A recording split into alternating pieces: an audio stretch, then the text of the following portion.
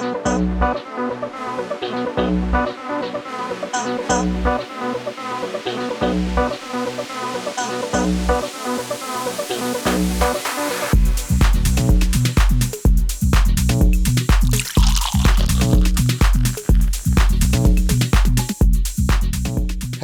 everyone, we are in the beautiful island of Mykonos in Greece and it is absolutely amazing here.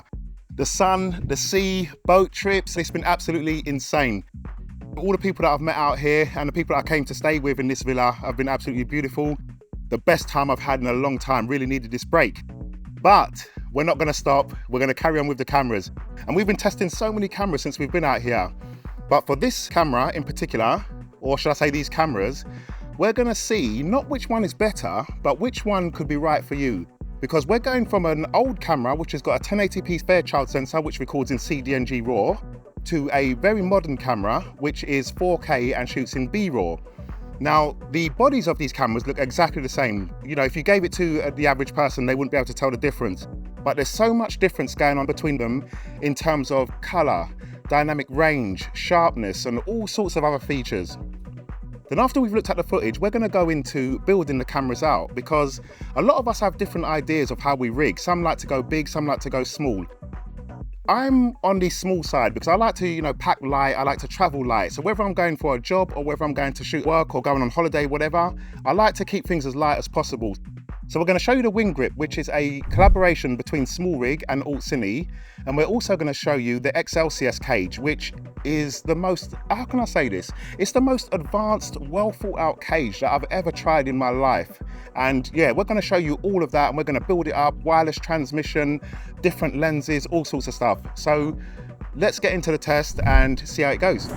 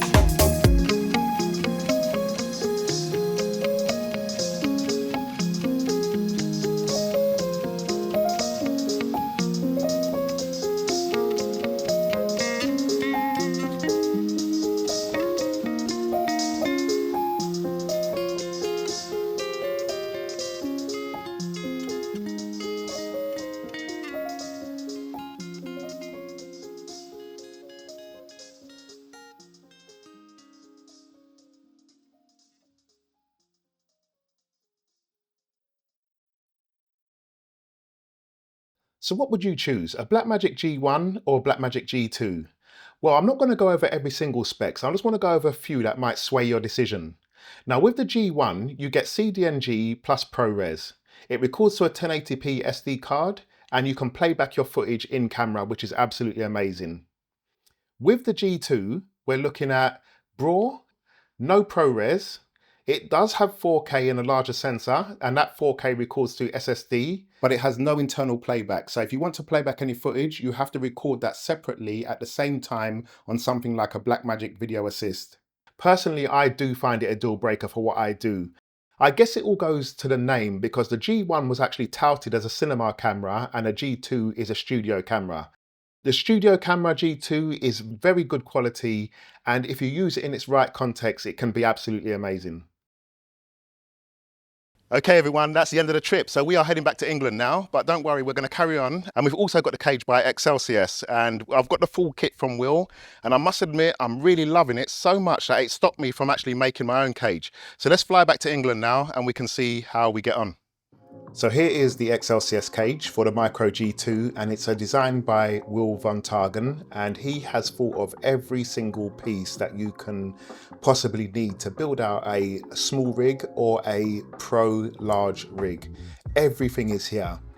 This is the base of the cage. It's the main body, which costs you about £135 by itself.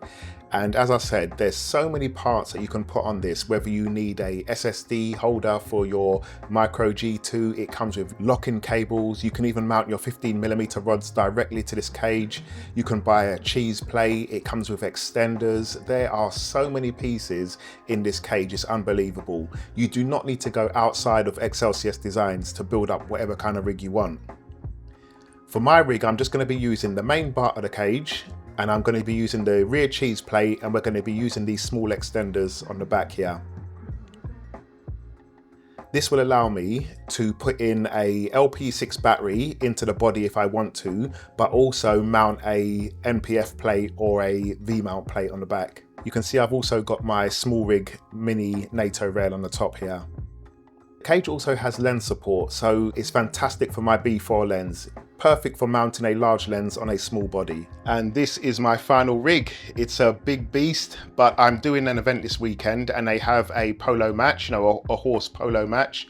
So I do need to have a good zoom lens on this. So I'll just go over some bits what I've got on here now. And first of all, obviously we've got the Excelsius cage in the middle here, very small, you can just barely see it. And I've got the monitor support on there as well, which is holding up my B4 lens. So no problem there, no wiggle, very strong. We've got a matte box on the front by Tilta. Coming round to this side, we've got the Comica VM30 mic, and we've got the AOG Slinger via Auxony. This handle will be coming out soon. We've been asked a lot about this handle and it will be coming out soon. I've got on top the Portkeys LH7P 7-inch monitor, and on the back I've got the V-mount plate here as well. And the V-mount plate powers the camera, the lens and anything else that I want to power. And this red thing you can see here is the Shimbolt TP Mini wireless transmitter. Now this comes in a pack of 2, your receiver and transmitter, and it comes in at $89. So this has a 600-foot range. It's very low latency, 1080p signal. You can loop through your HDMI in and out, and it's made of aviation grade aluminium. It also got the built-in antenna at the top here, and the weight is about 113 grams, I believe, something like that, 113 grams. No fan inside as well, so it's very quiet. And yeah, this is what I need to have, because I'll be sending this signal back to a control deck where you'll be able to monitor all of the cameras at once, because we're going to have loads of cameras all around. So yeah, this is going to be perfect for that. I've got the other side here, the Shimbolt. You probably don't have to see it because it's a bit bright, but you can see the setup I've got here, which is a small rig battery on the back, and that's powering the Shimbolt monitor. Then the HDMI connected to the receiver, and then the receiver is being powered by this small rig battery just via USB that's coming out. I'll do a review on these batteries soon to show you a bit more about them, because these MPFs are absolutely amazing. So yeah, I'll do one soon.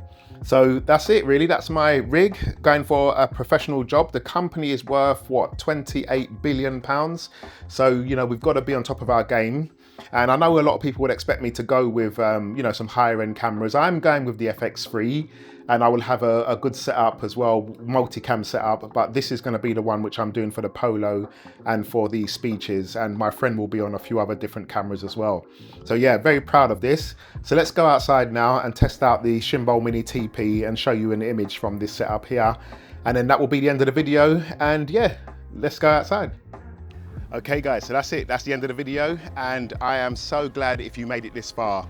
So just for a quick recap, The Shimbo Mini TP is doing absolutely amazing. I'm monitoring myself on this on the monitor now wirelessly, which is going to be fantastic when I need to send this feed to a desk, you know, somewhere on the other side of the room.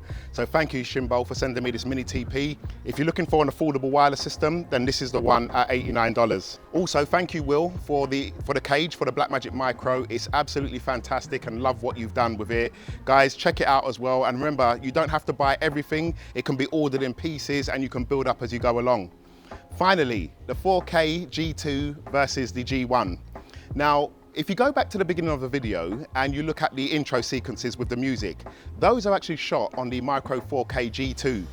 And then when I sit down to talk, those are on the Sony FX3. So you can see how that Sony sensor is at work in the Blackmagic cameras. I actually prefer the G1 because it gives me that filmic look straight away. Now, if you're good at grading, I think either one doesn't really matter. So the only thing you really need to look at is if you want 4K or if you want 1080p in CDNG. With the Micro 4K G2, you need to have some sort of recorder if you want to play back your footage, and you're better off going with the video assist, which is going to increase the price quite a lot.